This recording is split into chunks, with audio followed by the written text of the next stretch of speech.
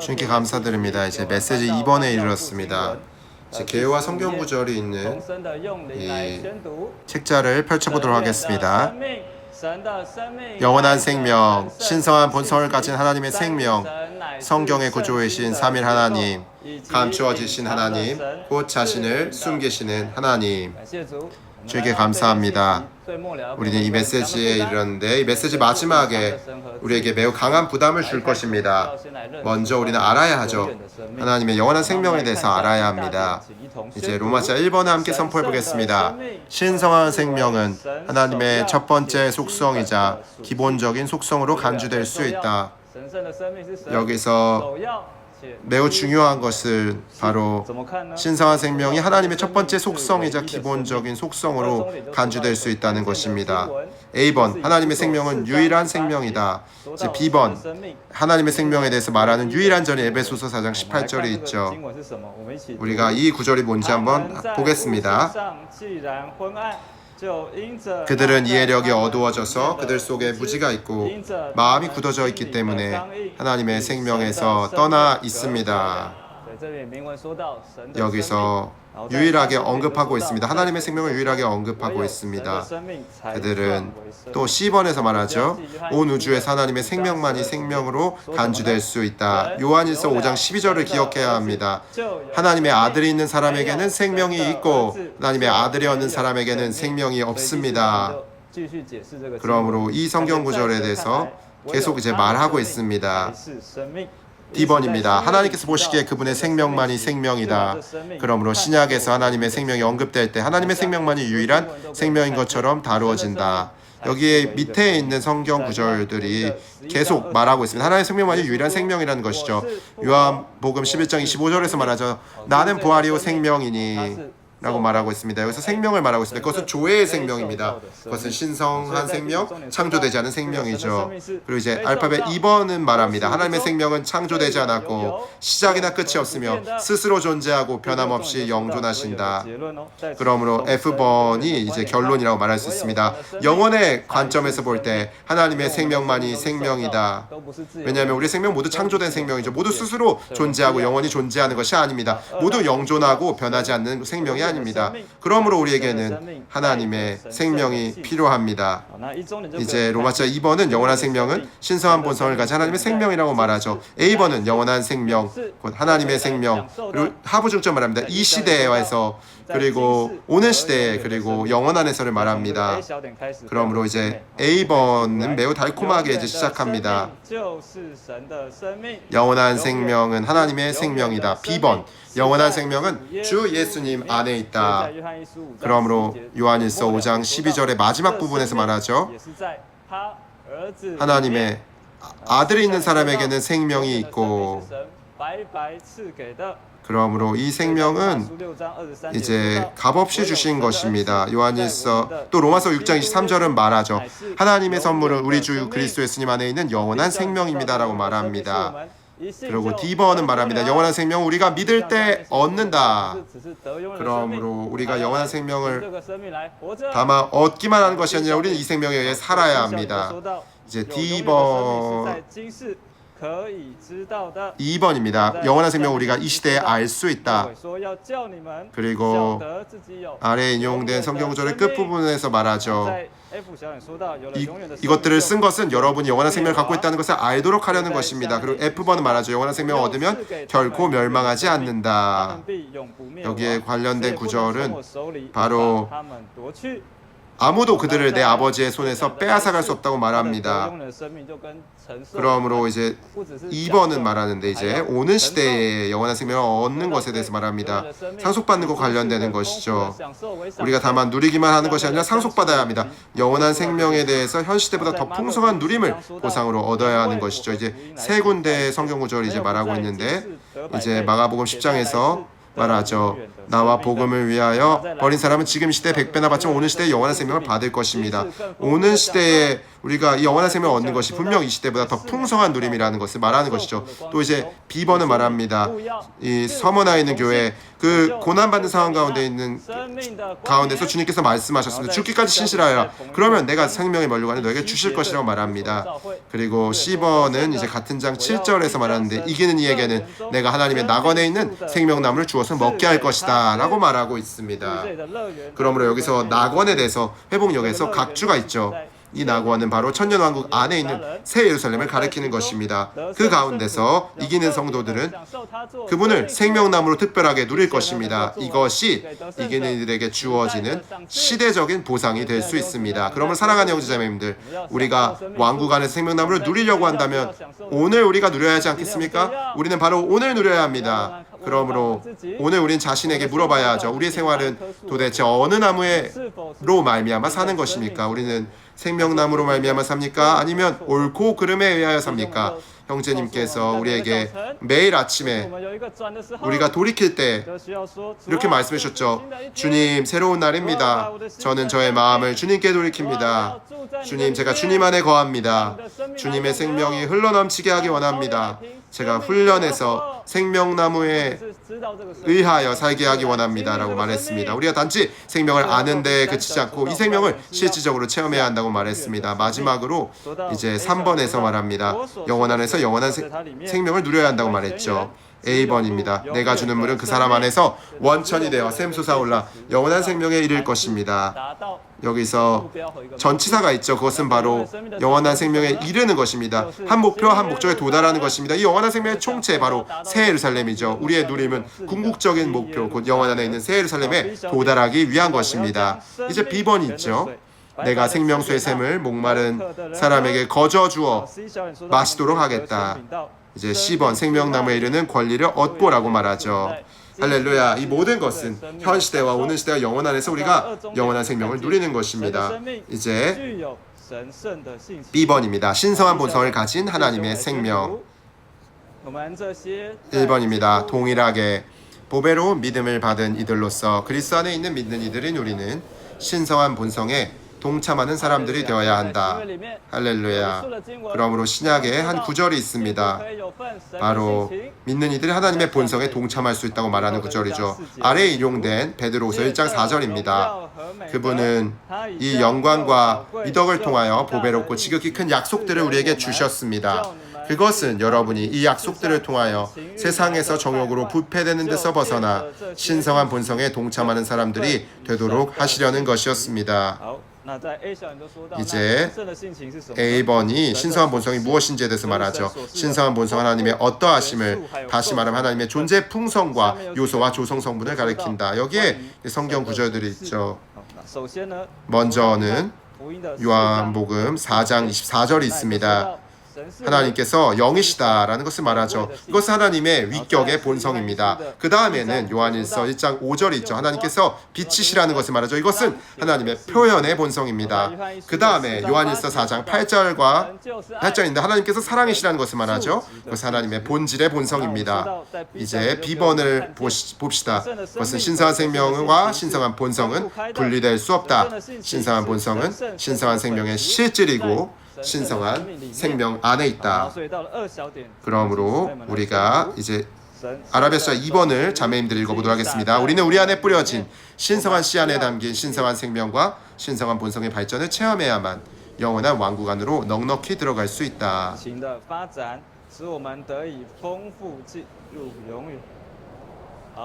좋습니다. 주의하십시오. 우리가 신성한 본성에 동참하는 하나의 과정이 있죠. 먼저 신성한 본성의 씨가 우리 안에 뿌려지는 것입니다. 그래서 1장 1절은 우리가 동일하게 보배로운 믿음을 할당받았다고 말하죠. 우리가 함께 소유한 이 믿음은 그 본질에 있어서 모두 동일한 것입니다. 그런 다음에 1장 4절에서 말하죠. 우리가 신성한 본성에 동참한다고 말합니다. 그리고 1장 5절에서 말하죠. 여러분은 각별히 부지런하여, 잘 들어보십시오. 여러분은 믿음, 곧 이 씨의 미덕을 넘치게 공급하고 미덕의 지식을, 지식에다가 자제를, 자제에다가 인내를, 인내에다가 경건을, 그리고 경건에다가 이제 형제 사랑을, 형제 사랑에다가 사랑을 공급해야 합니다. 그러므로 우리가 이것이 바로 신성한 본성이 자라고 또 발전하는 과정이라는 것을 보죠. 그러므로 우리는 먼저 씨 안에서 자라고 미덕과 지식이라는 이 뿌리를 내리고 또 다시 자라서 이제 자제와 경건이라는 이제 줄기와 이제 인내와 경건이라는 가지들을 내고 그리고 마지막에는 형제상에는 꽃을 피우고 사랑이라는 열매를 맺어야 합니다. 1장 5절에서 각별히 부지런하라고 말하고 1장 10절에서는 더욱 부지런하라고 말하죠. 그러므로 우리는 11절에서 말한 우리의 주님이시오 구주이신 예수 그리스도의 영원한 왕국에 넉넉히 들어갈 수 있게 되는 것입니다. 잘 들어보시면 헬라어 원문에서 들어간다라고 번역된 이 말, 그 넉넉히 들어가면 이 들어감이라는 이 명사는 입구라고 번역될 수가 있습니다.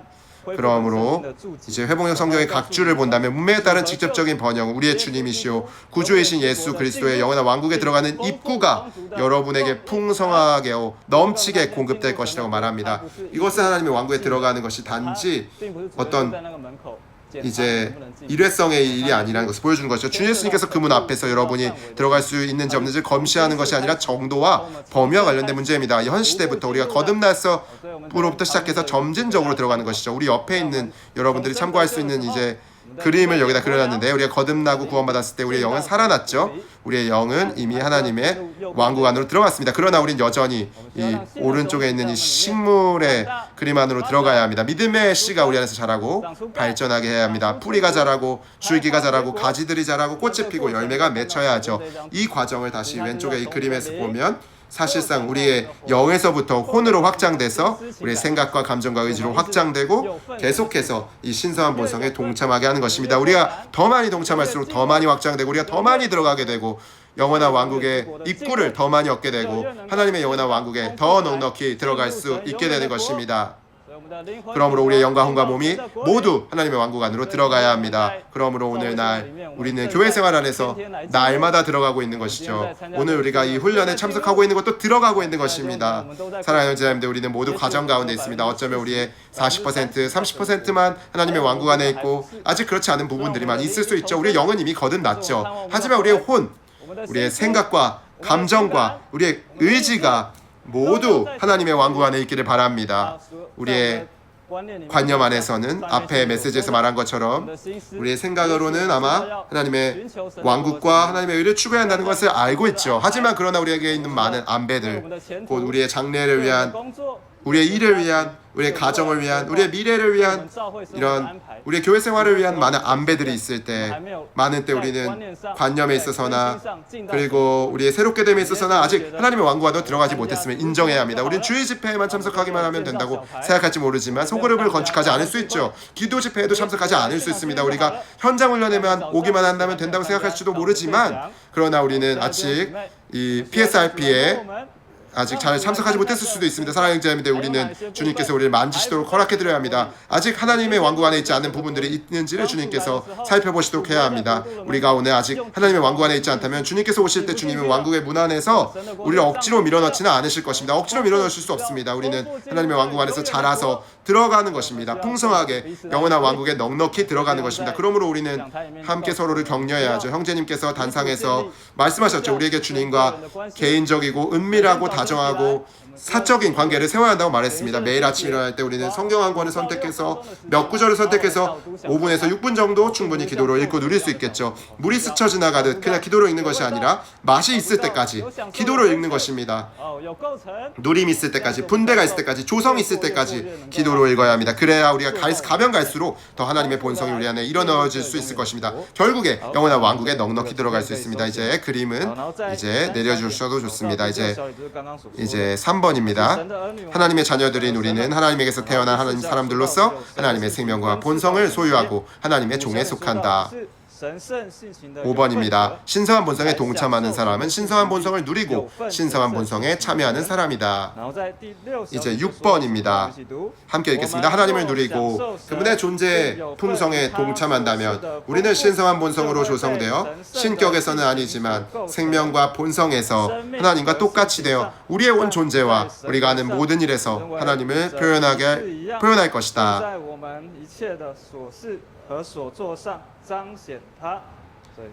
주님을 찬양합니다. 주님께서 우리를 얻으시기 원합니다. 우리가 생명과 본성과 표현에 있어서 더욱 그분과 똑같이 되기를 원합니다. 좋습니다.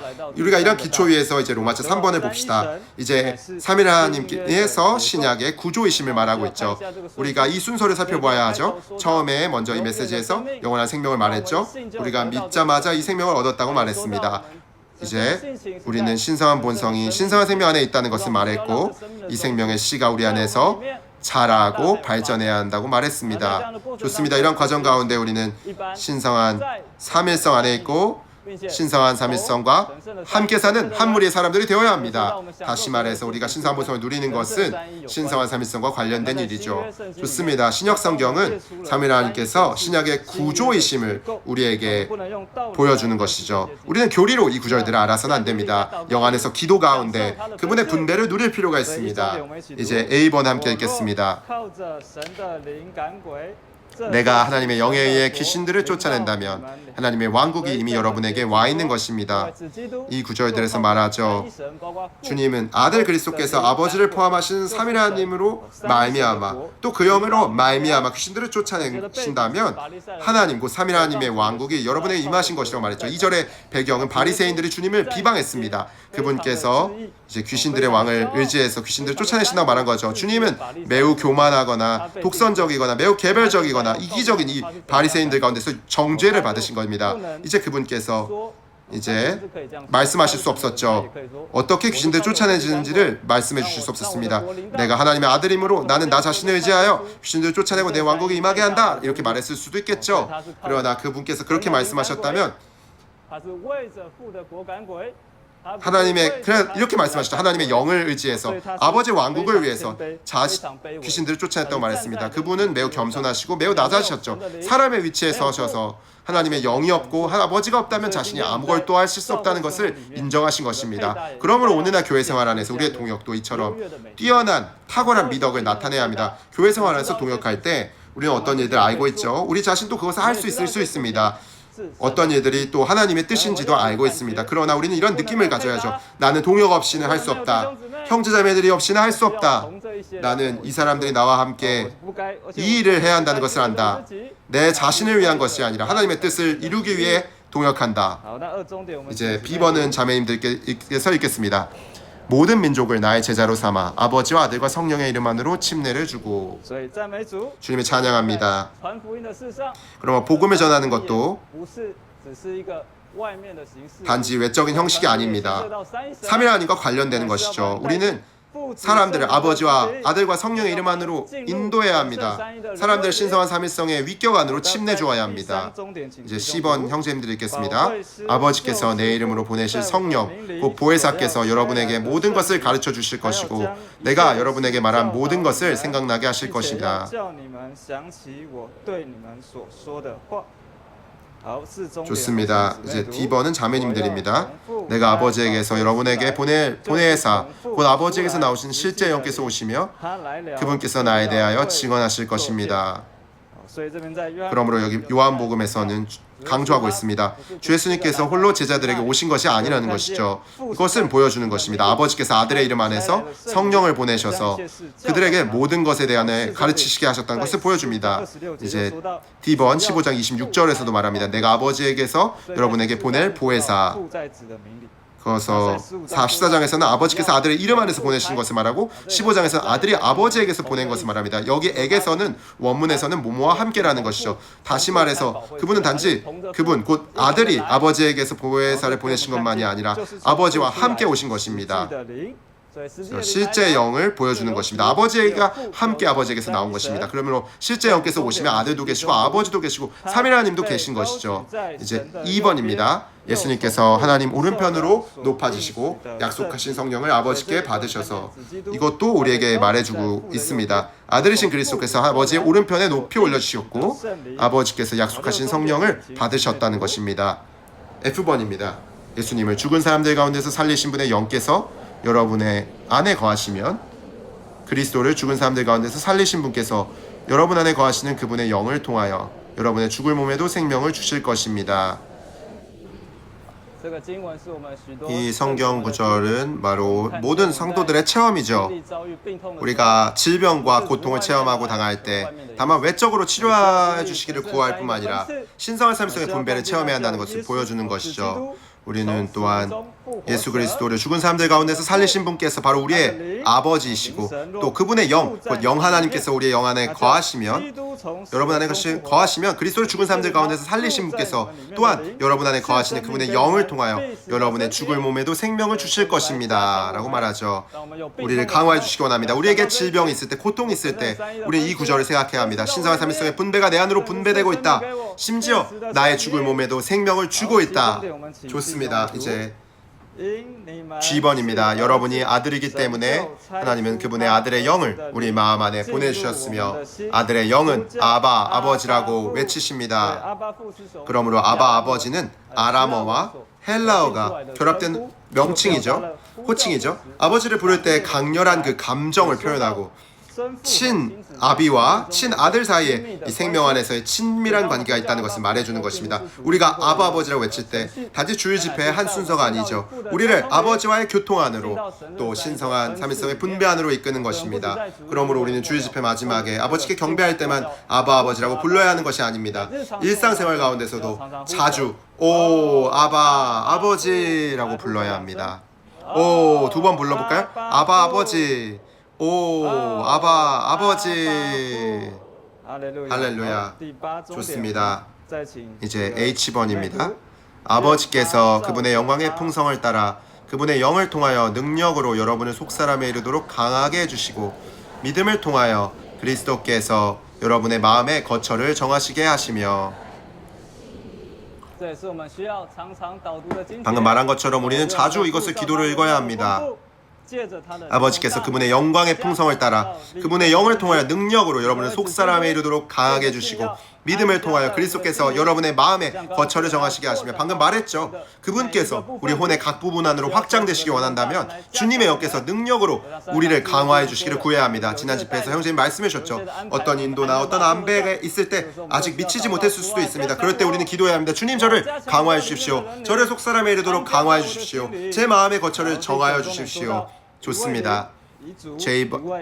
I번입니다. 성령도 한 분이십니다. 주님도 한 분이시오. 하나님도 한 분이시며 모든 사람의 아버지이십니다. J번입니다. 더욱이 영원하신 영을 통하여 흠이 없는 자신을 하나님께 드리신 그리스도의 피는 살아계신 하나님을 섬기게 하기 위하여 죽은 행실에서 벗어나도록 우리의 양심을 얼마나 정결하게 하겠습니까? 이 구절도 말하죠. 그리스도의 피가 살아계신 하나님을 섬기게 하여 죽은 행실에 벗어나도록 우리의 양심을 정결하게 한다고 말합니다. 그리고 이제 11K번에 따르면 3일 하나님께서 사람에게 움직이시는 찾으시는 거룩하게 하심을 말합니다. 그리고 하나님 아버지께서 미리 하신 바에 따라 선택하시고 그 영께서 거룩하게 하시는 가운데 예수 그리스도에 순종하게 된다고 말합니다. 그러므로 이제 하나님 아버지께서 선택하시고 이제 사람에게 복음을 전하기 전에 그 영께서 먼저 찾으시는 거룩하게 하심을 수행하시는 거죠. 그러므로 우리가 사람들의 이름을 언급하여 기도해야 합니다. 우리가 이렇게 할 때 신성한 삼위성께서 운행하실 기회를 얻으시는 것입니다. 이렇게 찾으시는 거룩하게 하심을 하는 것이죠. 그런 다음에 거룩하게 하심의 결과는 바로 예수 그리스도께 순종하게 되고 그분의 피가 뿌려진 사람들이 되는 것입니다. 간단히 말한다면 우리가 암메시지에서 말한 성도가 되는 것이죠.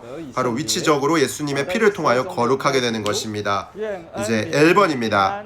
지금도 계시고 전에도 계셨고 장차 오실 분께서 곧 그분의 보좌 앞에 계신 7 영께서 또 신실한 증인이시자 죽은 사람들 가운데 가장 먼저 나신 분이시며 땅의 왕들의 통치자이신 예수 그리스도께서 여러분에게 은혜와 평안을 주시기를 바랍니다.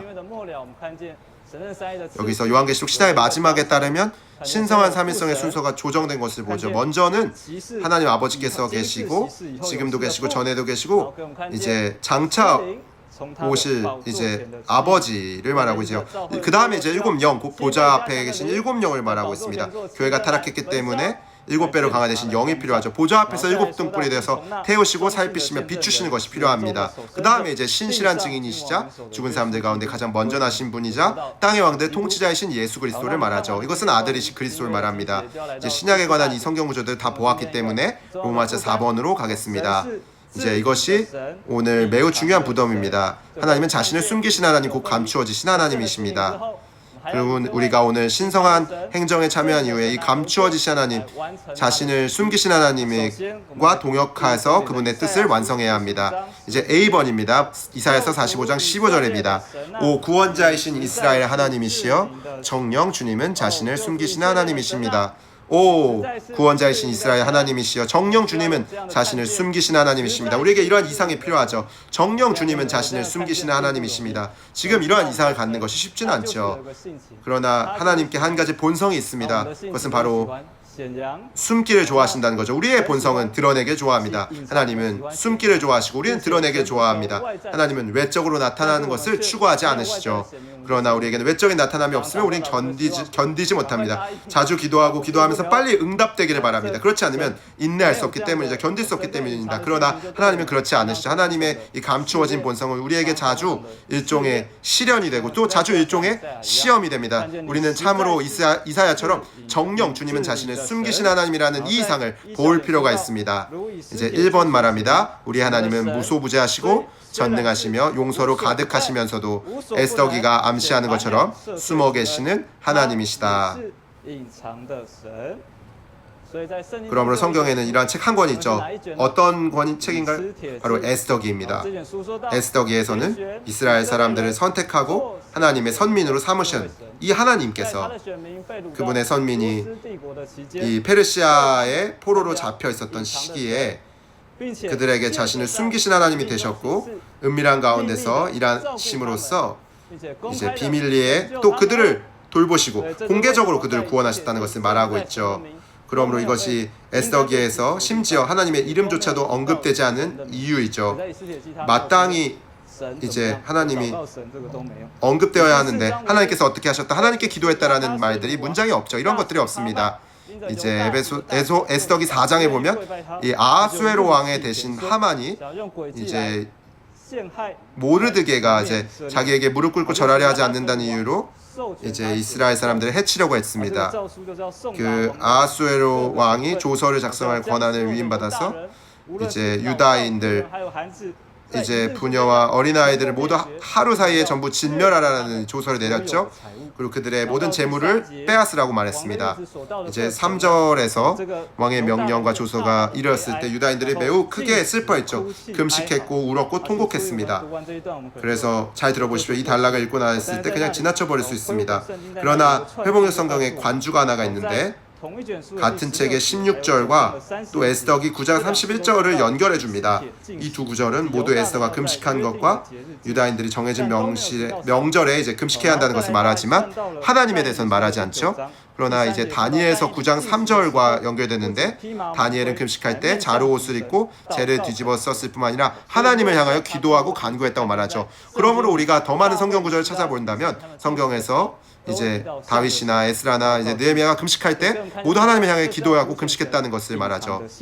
그러므로 우리가 보듯이 하나님께서 자신을 숨기시는 본성을 여기서 부각하고 있는 것입니다. 이제 우리가 하나님께서 우주를 창조하시고 나서 2번입니다. 자신을 그 안에 숨기시어 결국 우리는 그 어디에서 그분을 찾아야 할지 모른다. 하나님은 이스라엘 자손 가운데서 수없이 많은 일을 하셨고 그들의 개인 생활 안에서도 수없이 많은 일을 하셨지만 자신을 감추셨다. 그분은 끊임없이 일하셨지만 항상 감추어져 계셨다. 5번입니다. 자신을 숨기신 하나님은 조용하지만 강력하게 우리 안에서 운행하고 계신다. 빌립보서 2장 13절은 말하죠. 왜냐하면 하나님은 자신의 선한 기쁨을 위하여 여러분 안에서 운행하시어 여러분이 뜻을 세우시로 하실 뿐만 아니라 행하도록 하시기 때문입니다 라고 말하죠. 이제 다니엘서 11장 32절은 말합니다. 자신 하나님의 아는 백성은 힘을 내어 행동할 것입니다. 사랑하는 형제 자매님들, 하나님께서 자신을 숨기시는 하나님이라는 것을 보아야 하죠. 그러나 그분은 숨어서 아무것도 하지 않으시는 분이 아니십니다. 그분은 많은 일을 하시고자 하시죠. 그러나 우리를 통하여 하시기 원합니다. 그분께서 우리를 통하여 일하시려면 기회를 붙잡아야 합니다. 이제 에스더기 4장 14절에서 말합니다. 왕후께서 침묵하시면 유대인은 다른 어떤 데서 해방과 구출을 받겠지만 왕후와 왕후의 아버지 집은 사라지게 될 것입니다. 왕후께서 바로 이때를 위하여 왕국에 들어가신 것이 아닌지 누가 압니까? 사랑하는 형제자매들, 우리에게 왕후의 위치가 있습니까? 우리가 있는 곳에서 반드시 우리를 통해서만 주님을 알 수 있는 사람들이 있지 않습니까? 우리에게 이런 지위가 있다는 것을 보아야 합니다. 우리는 자신을 숨기신 이 하나님과 동역해야 합니다. 그들을 위해 기도하고 그들에게 복음을 전해야 합니다. 그래서 제가 하나 말씀드리겠습니다. 이 형제님이 하나의 짧은 이야기를 하신 적 있죠. 중국에 미국에서 유학하고 박사 학위를 받은 이후에 돌아와서 직장에 있었던 사람이 있었습니다. 그는 중국 정부의 고위 기관에서 근무했죠. 그가 일하는 곳에서 직급이 아주 낮은 직원이 한 명 있었죠. 이 하급 직원이 한 현의 형제였죠. 매번 이 상관에게 복음을 전하고 했지만 이 상관은 들으려고 하지 않았습니다. 그는 미국에서 왔고 기독교에 관한 것은 자기가 잘 안다고 생각했기 때문에 이러한 복음이 필요하지 않다고 느꼈죠. 이 부하 직원이 매일 아침 책상 앞에 복음 전단지를 놓았습니다. 자세히 보지 않고 버렸죠. 하루가 지나서 또 출근했는데 또 한 장이 있어서 또 버렸죠. 매우 성가시다고 느꼈습니다. 그래서 그를 해고할 수도 없었는데 이제 3년이나 5년이 지난 이후에 갑자기 이런 생각이 들었죠. 왜 그는 계속 나에게 복음을 전파하려고 하는가? 그의 집에 한번 가보자. 그래서 그가 아내와 함께 그들의 집을 방문했고 그들 가정의 생활이 매우 화목한 것을 보았습니다. 이렇게 생각했죠. 우리는 학력이 이렇게 높지만 가정생활은 이렇게 화목하지 않다. 그런데 그들의 학력은 이렇게 낮지만 가정생활은 매우 화목하다. 그런 다음에 이유를 물어보고자 했습니다. 물론 우리는 모두 그 답을 알고 있습니다. 왜냐하면 그에게 예수님이 있었기 때문이죠. 나중에 이제 그 상사가 주님을 믿게 되었습니다. 사랑하는 형제자매들, 우리가 기회가 생길 때까지 기다렸다가 복음을 전하는 것이 아니라는 것을 보아야 합니다. 우리는 우리 자신의 하나님께서 이미 일하고 계신 것을 보고 모든 대가를 지불하게 될지라도 그분께 협력해야 하죠. 모르드게가 왕에게 나아가서 말하려고 했을 때 죽어야 한다면 죽겠습니다 라고 말했습니다. 우리에게도 이러한 영이 필요합니다. 주님, 저는 당신을 위해 기꺼이 전파하고 기꺼이 당신의 수단이 되겠습니다. 제가 멸망당한다면 멸망당하겠습니다. 주님께서 우리를 강화해 주시기를 구합니다.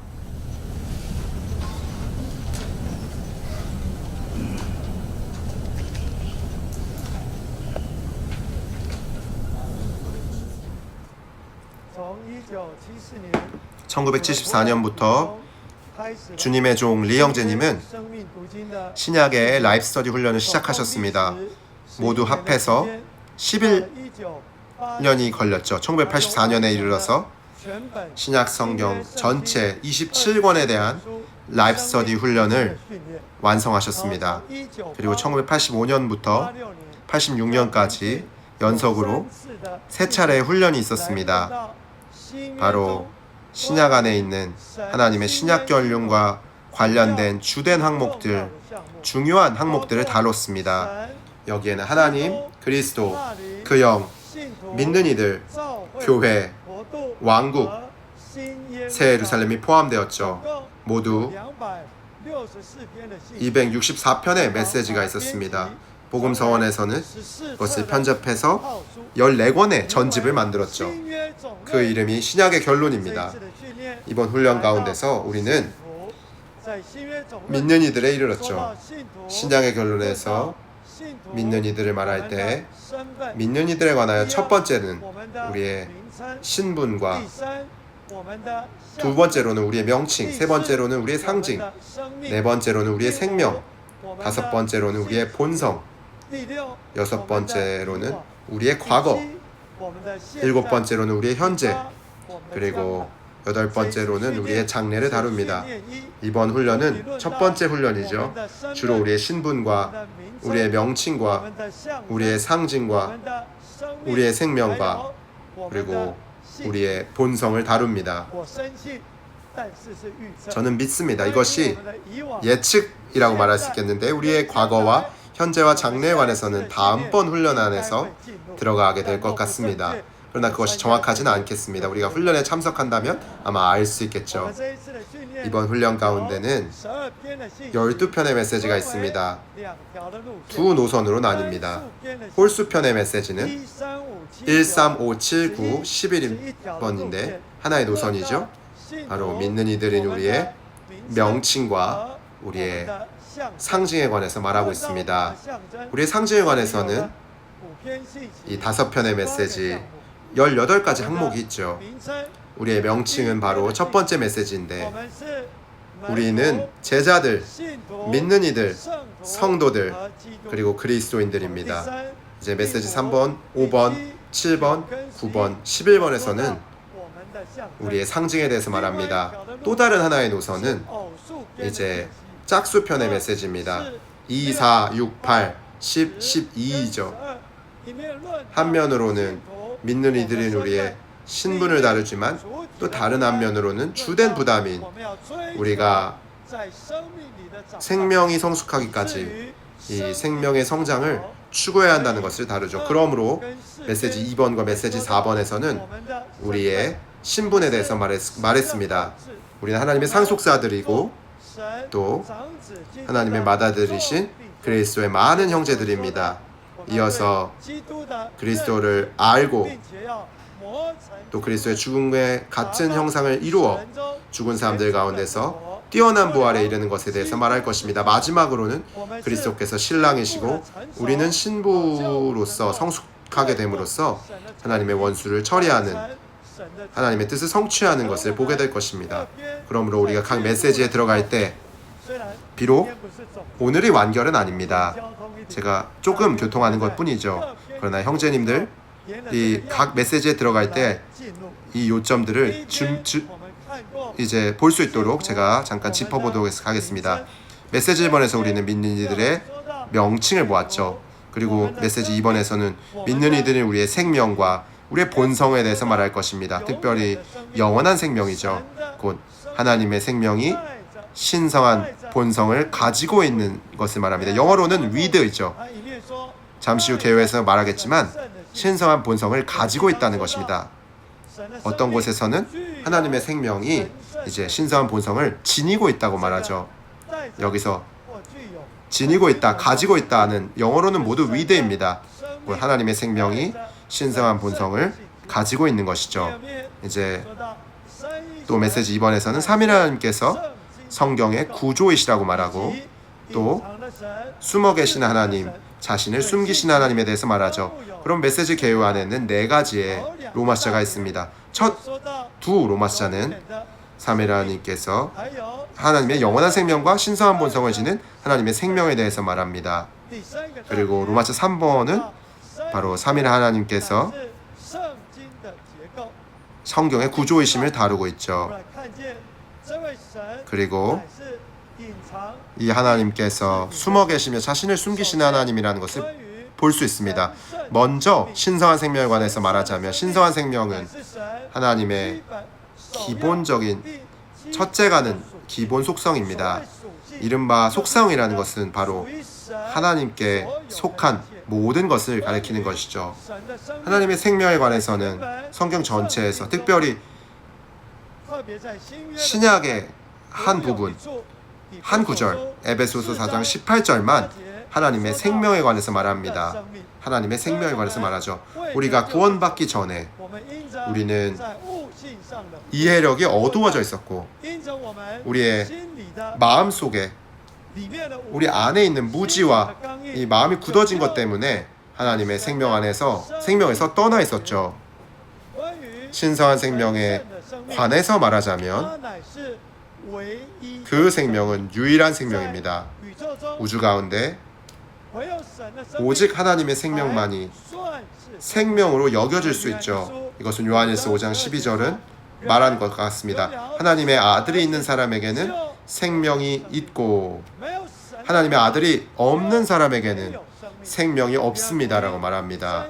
요한복음 3장 36절은 말하죠. 16절은 말하죠. 아들을 믿는 사람에게는 영원한 생명이 있다고 말합니다. 아들에게 순종하지 않는 사람은 생명을 보지 못한다 말하죠.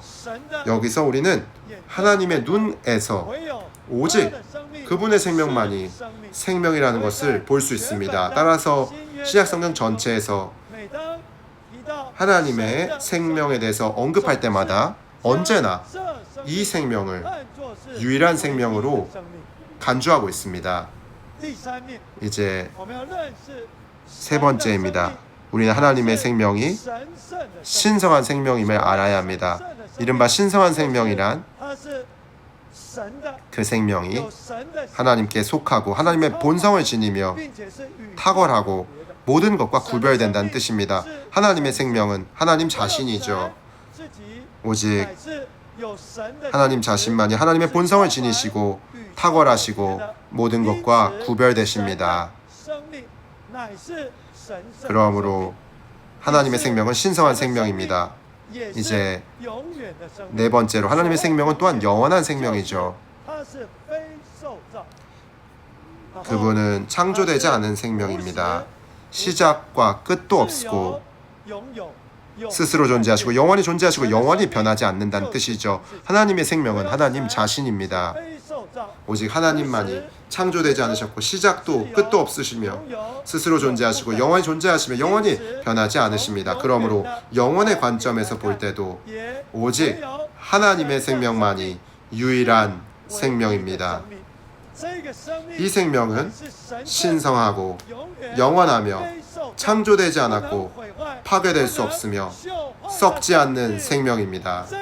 이 생명은 우리가 그분의 아들인 예수 그리스도를 믿음으로 거듭남으로 말미암아 우리의 타고난 생명 이외에 이 신성하고 영원하며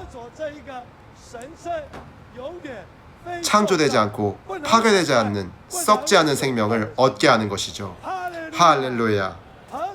얼마나 영광스럽습니까? 이 영원한 생명은 현 시대에 우리가 얻을 때에는 은사입니다. 그러나 오는 시대에 우리가 얻을 때는 특별히 상속받는 것으로 보상이 됩니다. 영원 안에서 우리가 누릴 때는 우리의 공급이 됩니다. 이 영원한 생명, 곧 하나님의 생명은 영원한 생명입니다. 이 생명은 우리가 아들 그리스도 안으로 믿음으로 말미암아 주어지는 것입니다. 왜냐하면 요한복음 3장 36절에서 말하죠. 아들을 믿는 사람에게는 영원한 생명이 있다라고 말합니다. 이 생명은 믿음을 통하여 우리에게 거저 주어지는 선물이죠.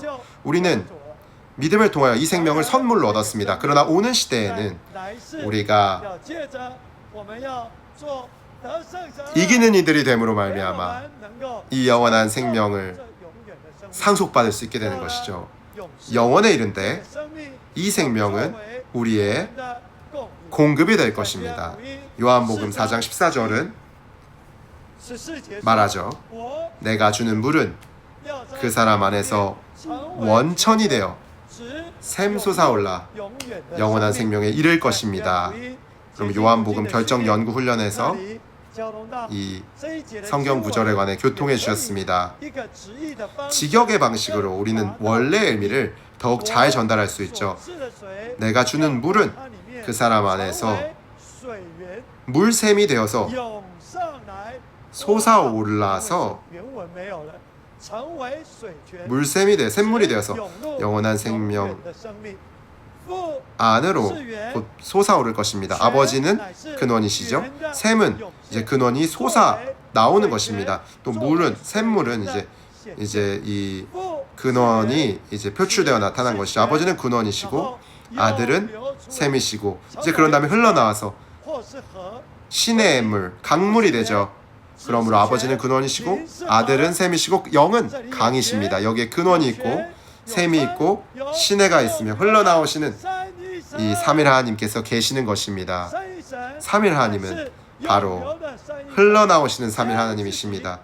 그분은 그분 자신을 흘려내보내시고 그분 자신을 우리 안으로 흘려 넣으셔서 우리의 생명이 되십니다. 여기서는 안으로 솟아오른다고 말하는데 안으로에 해당하는 영어 전치사는 into이죠. 이것은 이제 함축합니다. 여전히 하나의 목적지를 함축하는 것이죠. 신성한 삼일성은 흘러나오시는 삼일 하나님이시며 영원한 생명을 그분께서 흘러가시는 목적지로 삼으시는 것입니다. 그러나 영원한 생명에는 하나의 총체가 있는데 그 총체는 새 예루살렘입니다. 흘러나오시는 삼일 하나님께서 우리 안으로 흘러 들어오셔서 우리를 새 예루살렘이 되게 하시는 것이죠. 그분께서 흘러가시는 목적지가 되게 하는 것입니다. 요한계시록 22장 1절에서 말합니다. 하나님과 어린 양에게서 생명수의 강 하나가 하나님과 어린 양의 보좌로부터 흘러나온다고 말하죠. 강 이쪽과 저쪽에 생명나무가 있다고 말합니다. 영원 안에 새 하늘과 새 땅에 있는 새 예루살렘 안에 생명나무가 있고 생명수의 강이 있죠. 이것들은 모두 생명의 상징입니다.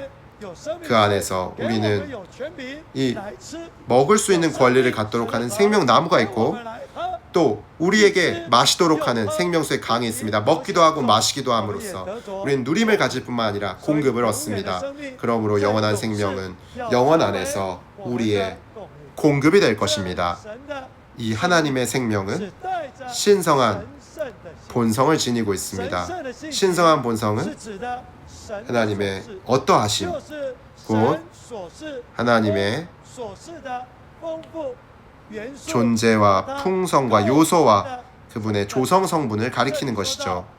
여기에서 하나님의 생명이 신성한 본성을 지니고 있다고 말하죠. 왜냐하면 신성한 생명과 신성한 본성은 분리될 수 없기 때문입니다. 본성은 신성한 생명의 본질이고 신성한 본성은 신성한 생명 안에 있습니다. 그러므로 우리가 그리스도 안으로 믿어 들어가서 거듭났을 때, 이 영원한 생명을 얻었을 때 동시에 이 생명이 우리에게 이 신성한 본성을 가져다 주는 것이죠. 그래서 베드로후서 1장 1절은 우리가 동일하게 보배로운 이 믿음을 할당되어 받았다고 말합니다. 이 믿음은 하나의 씨와 같죠. 우리 안에 심어지는 것입니다. 그러나 1장 4절에 이를 때 거기에서는 이 영광과 미덕을 통해 그분께서 또 보배롭고 지극히 큰 약속들을 우리에게 주셨다고 말합니다. 우리가 세상에서 정욕으로 말미암는 부패에서 벗어나서 더 중요한 것을 얻도록 하셨죠. 이 약속들입니다. 약속들을 통해 신성한 본성에 동참하는 사람들이 되도록 하신 것이죠. 그리고 1장 4절에서 말합니다. 성경 전체에서 유일하게 우리가 이 신성한 본성에 동참하는 이들이라고 말하는 구절입니다. 동참하는 이들은 바로 영어로는 partaker죠. 그 의미는 우리가 얻을 뿐만 아니라 누린다는 것입니다. 우리가 얻은 것들을 누린다는 뜻이죠. 이것을 동참하는 사람이라고 말하는 것입니다. 오늘날 이 신성한 씨가 우리 안에 심겨졌죠. 우리는 거듭남을 통해 이 신성한 씨를 얻었습니다. 이 씨는 신성한 생명을 포함한 것이죠. 또 신성한 본성을 지니고 있습니다. 또한 이 씨는 우리 안에서 우리가 이 생명의 성장을 추구하는 것을 통해서 우리 안에서 발전되어야 합니다. 이것이 방금 형제님께서 교통하신 것이죠. 이 씨는 우리 안에서 자람을 통해 넘치게 공급됨을 통해 미덕과 지식이라는 두 뿌리를 내리게 되죠. 그런 다음에 이제 넘치는 공급을 통해서 자라고 발전해서 자재라는 줄기를 내게 됩니다. 그런 다음에 생명의 성장을 통해 더욱 발전해서 경건과 인내라는 두 가지를 가지로 내게 되죠. 그리고 이 가지에서 형제사랑이라는 꽃이 피어날 수 있고 마침내 신성한 사랑이라는 열매를 맺게 됩니다. 신성한 생명 안에서 이러한 성장을 통하여 이 신성한 생명이 신성한 본성을 지닌 채로 우리 안에서 발전하게 되는 것이고 결국에 우리가 하나님의 왕국에 넉넉히 들어갈 수 있게 됩니다. 이것이 이 메시지의 첫 세 가지 로마 숫자의 큰 요점입니다. 그리고 이 메시지의 부담, 곧 개요의 로마 숫자 4번 안으로 이끄는 매우 중요한 기초입니다. 하나님의 생명은 하나님 자신이죠. 하나님의 생명은 그리스도입니다.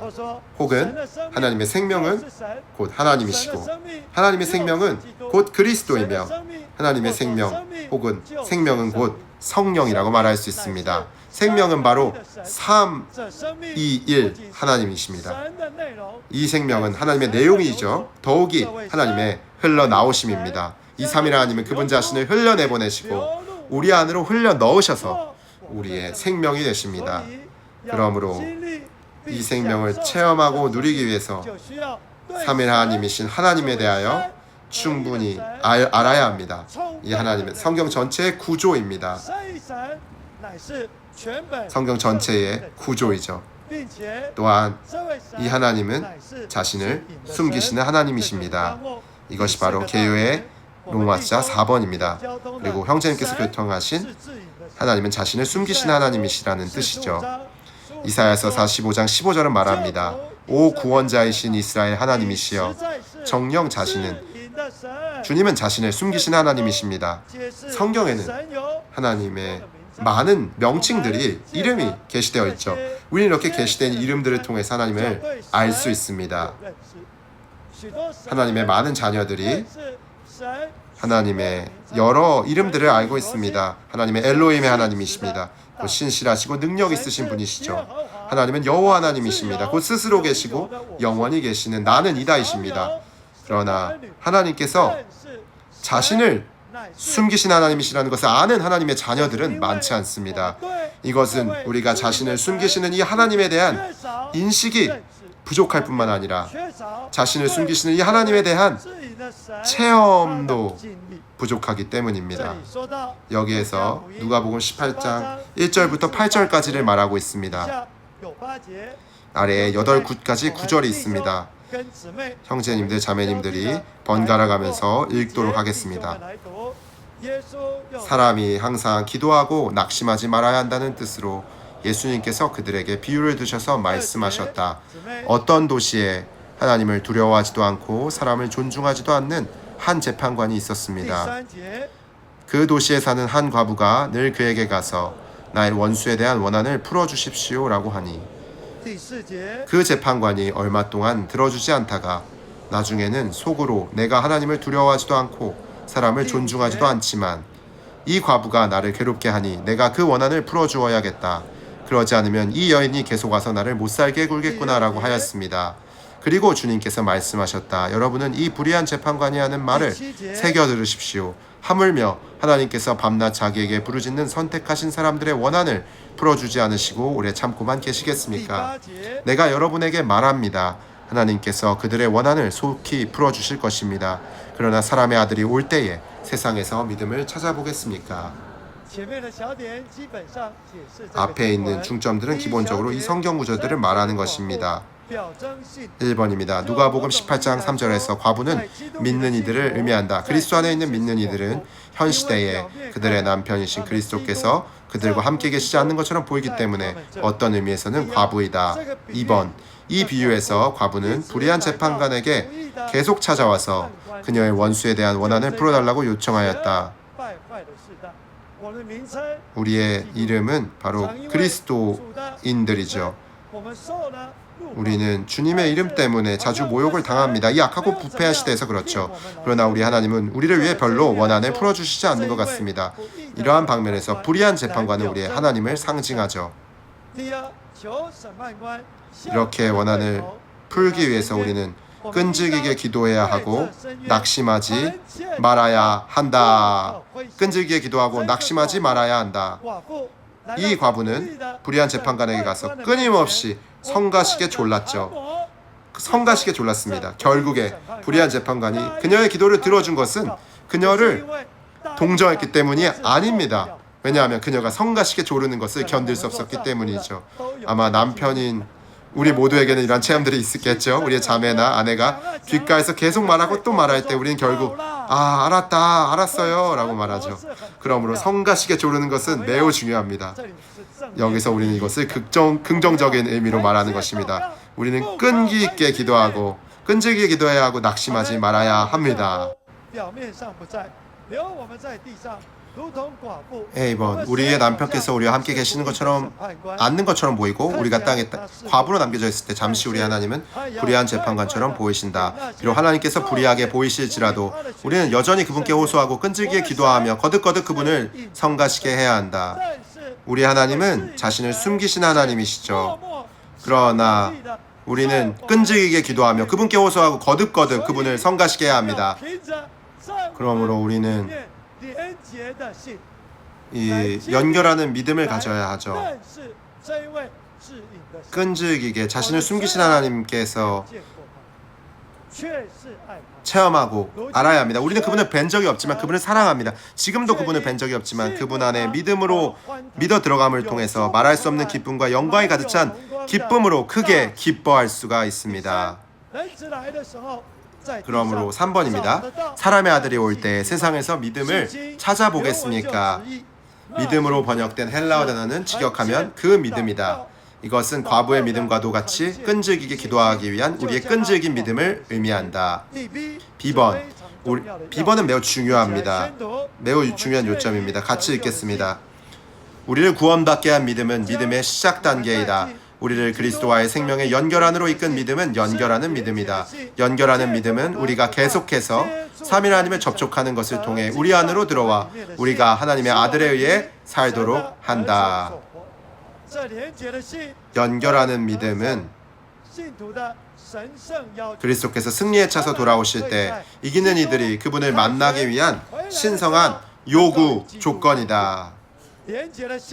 연결하는 믿음은 삼위 하나님께서 우리 안에서 움직이시면서 우리를 그분의 측량할 수 없는 풍성에 연결하시는 것이다. 이러한 연결하는 믿음을 통해서 우리는 자신을 신뢰하지 않고 하나님을 신뢰하는 믿는 이들의 믿음이다. 3번입니다. 주 예수님께서 돌아오실 때 그분은 연결하는 믿음에 의해 사는 많은 이기는 이들을 찾으실 것이고 그분께서 1000년 동안 왕으로서 다스리시는 그분의 왕국을 위한 보물들로 여기실 것이다. 우리가 모두 생명 안에서 자라서 이 신성한 생명을 체험하고 누리며 이 연결하는 믿음을 소유함으로써 그리스도께서 돌아오실 때 그분과 만날 수 있기 원합니다.